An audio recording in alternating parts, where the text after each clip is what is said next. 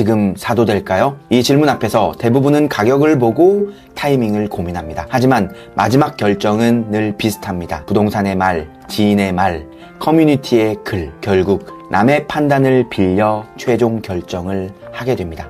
만약 그 말을 듣기 전에 내가 스스로 가치를 판단할 기준을 알고 있었다면 결과는 충분히 달라졌을 겁니다. 10년 전 같은 입지에서 비슷한 가격으로 시작했던 아파트들, 누군가는 2억 이상 앞서갔고 누군가는 그 자리에 멈춰 있습니다. 그 차이를 만든 건 대부분이 놓치고 있는 딱 한 가지였습니다. 오늘 영상에서는 왜 같은 입지로 시작했는데 결과가 갈렸는지 지금도 써먹을 수 있는 판단 기준 하나로 정리해 드리겠습니다. 그럼 지금부터 시작하겠습니다.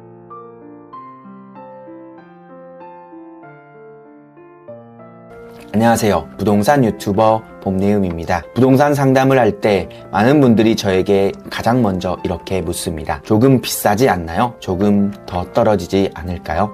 그런데요, 10년 전에도 똑같은 질문을 받았던 지역이 있습니다. 바로 서대문구입니다. 당시 서대문구는 굳이 라는 말이 먼저 나왔던 지역이었습니다. 새 아파트는 많지 않았고 주거 이미지는 애매했고 가격도 크게 주목받지 못하던 곳이었습니다. 그런데 지금은 어떨까요? 제가 실제로 임장을 다니며 같은 평형, 같은 연식 단지들을 나란히 놓고 비교해봤을 때 체감되는 차이는 생각보다 훨씬 컸습니다. 2000년대 초중반 입주한 홍제동과 북가자동 일대 아파트들을 비교해보면 그 차이는 더 선명해집니다. 특히 재정비의 흐름에 연결된 단지와 그렇지 못한 단지 사이에서의 가격 방향이 갈렸습니다. 여기서 더 중요한 질문은 이겁니다. 이 차이는 도대체 언제 만들어졌을까? 답은 의외로 단순합니다. 가격이 오르기 시작했을 때가 아니라 사람들이 관심조차 두지 않던 시점에 이미 방향은 정해져 있었습니다. 그래서 오늘 영상의 핵심은 지금 오르느냐 떨어지느냐가 아닙니다. 이 지역이 이미 방향을 정해놓은 곳인지 아니면 방향 자체가 없는 곳인지 이걸 구분하는 것입니다. 우리가 지금 가장 먼저 봐야 할 것은 가격도 타이밍도 아닙니다. 이 지역이 선택받을 구조를 이미 갖추고 있는가입니다. 교통, 생활권, 수요의 성격, 그리고 앞으로 누가 이곳에 들어와 살게 될지 이 구조가 먼저 만들어진 곳은 가격이 늦게 따라옵니다. 그래서 서대문구를 볼 때 질문을 이렇게 바꿔야 합니다. 지금 사도 될까요? 가 아니라 이 지역은 이미 10년 뒤를 향해 움직이고 있는가? 이 질문에 스스로 답이 나오기 시작하면 지금이든 조금 뒤든 판단은 훨씬 편해질 겁니다. 그래서 이제부터가 정말 중요합니다. 서대문구를 볼 때 어디가 좋다를 찾기 전에 먼저 걸러야 할 곳부터 정리하셔야 합니다. 제가 서대문구 임장을 다니면서 느낀 가장 위험한 공통점 3가지 지금부터 말씀드리겠습니다. 첫 번째, 서대문구니까 괜찮다라는 이유밖에 없는 곳. 이 말 정말 많이 듣습니다. 그래도 서대문구잖아요. 서울 아니고 나쁘진 않죠. 그런데요, 이 말이 나오는 순간부터 이미 기준은 흐려져 있습니다. 서대문구 안에서도 도심으로 연결되는 생활권이 있는 곳이 있고 외곽으로 분절된 생활권이 있습니다. 시간이 지나면 사람들은 더 이상 서대문구냐 아니냐로 판단하지 않습니다. 어디로 이동하기 쉬운지, 어디 생활권에 묶이는지로만 판단합니다. 그래서 서대문구니까 괜찮다는 말은 사실 이 단지를 설명할 말이 없다는 뜻일 수가 있습니다. 두 번째, 재정비가 단지 안에서 끝나는 곳. 재정비 이슈가 있다고 해서 다 좋은 건 아닙니다. 중요한 건 재정비가 어디까지 이어지느냐입니다. 단지 하나만 새로 지어지고 주변은 그대로 멈춰있는 구조, 이런 곳은 처음엔 새 아파트 프리미엄으로 좋아 보이지만 시간이 갈수록 상대적 매력이 빠집니다. 반대로 가격 차이를 만들어낸 단지들을 보면 공통점이 있습니다. 재정비가 옆 블록으로 생활권과 동선으로 자연스럽게 이어졌다는 점입니다. 단지가 좋아진 곳이 아니라 지역의 흐름에 올라탄 곳이었습니다. 그래서 재정비가 있어도 고립된 재정비라면 다시 한번 생각해 보아야 합니다. 세 번째, 수요가 선택하는 구조가 아니라 버티는 수요인 곳. 이건 가장 중요한 기준입니다. 가격이 잘 버틴다고 해서 좋은 단지는 아닙니다. 대안이 없어서 사는 수요, 이동이 어려워서 머무는 수요, 그냥 익숙해서 남아있는 수요, 이건 버티는 수요입니다. 반면에 가격 차이를 만든 단지들은 공통적으로 이런 특징이 있습니다.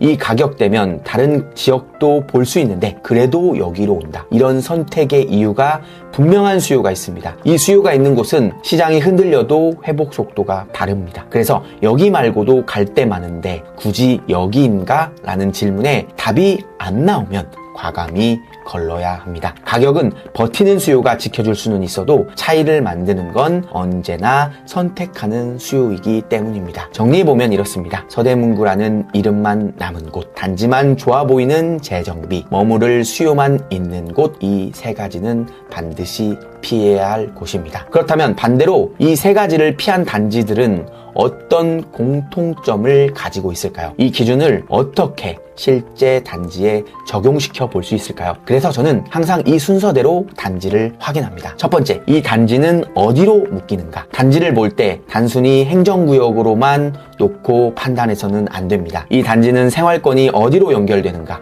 출퇴근 동선은 어디로 이어지는지, 상권 이용은 어디로 흘러가는지, 사람들이 이 단지를 이야기할 때 서대문구 땡땡동이라고 이야기하는 것보다 땡땡 접근성이 좋은 곳이라고 말하는지, 이게 굉장히 중요합니다.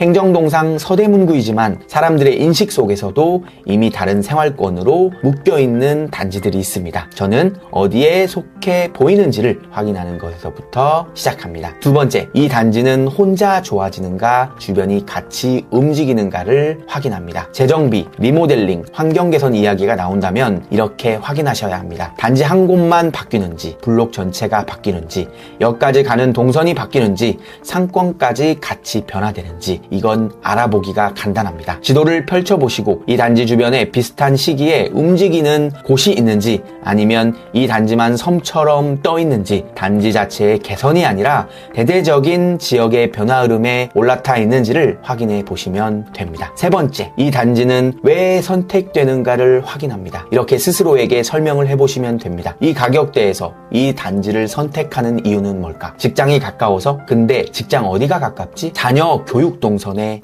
맞아떨어져서? 학교가 가까운 거야? 아, 생활 패턴이 딱 맞아떨어져서? 결단코 이유가 분명해야 합니다. 선택의 이유가 내 말로 설명되지 않는다면 가격 또한 설명되지 않을 확률이 높습니다. 정리해보자면 이 단지는 어디로 묶이는가? 이 단지는 혼자 좋아지는가? 주변이 같이 움직이는가? 이 단지는 왜 선택되어지는가? 이 세 가지 질문에 답이 나오는 단지라면 아직 가격이 덜 움직였더라도 방향은 이미 정해진 곳일 가능성이 높습니다. 그런데 이 기준이라는 게 영상 한두 개 보고 바로 생기지는 않습니다.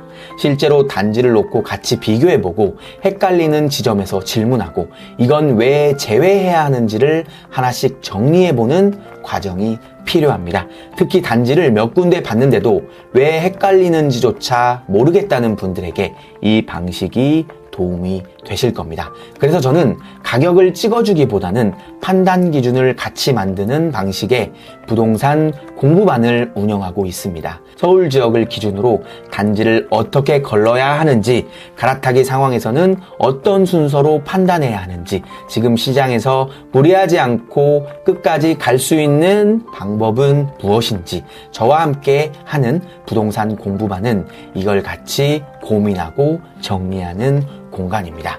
만약 지금 사도 될까라는 질문에 계속 남의 말을 찾아보고 계신다면 이제는 한 번쯤 내 기준을 만드는 쪽으로 방향을 바꿔보셔도 좋겠습니다. 영상 종료 후 고정 댓글란에 제가 현재 모집 중에 있는 부동산 공부방 링크를 남겨두겠습니다. 관심 있으신 분들은 언제든 참석 부탁드립니다. 오늘 영상에서 어디가 오른다, 어디를 사라는 이야기보다 어떻게 판단해야 하는지를 말씀드렸습니다. 시장은 늘 변합니다. 가격도, 정책도, 분위기도 바뀝니다. 그런데 기준이 있는 사람은 그 안에서도 흔들리지 않습니다. 지금 사도 될까? 라는 질문에 남의 말이 아니라 내 기준으로 답할 수 있게 되는 것, 그게 가장 큰 차이를 만듭니다. 앞으로도 단기적인 가격보다 길게 가져갈 수 있는 판단 기준을 계속해서 말씀드리겠습니다. 도움이 되셨다면 구독과 좋아요 부탁드리고 궁금한 점은 댓글로 편하게 남겨주시면 감사하겠습니다. 지금까지 부동산 유튜버 봄내음이었습니다. 감사합니다.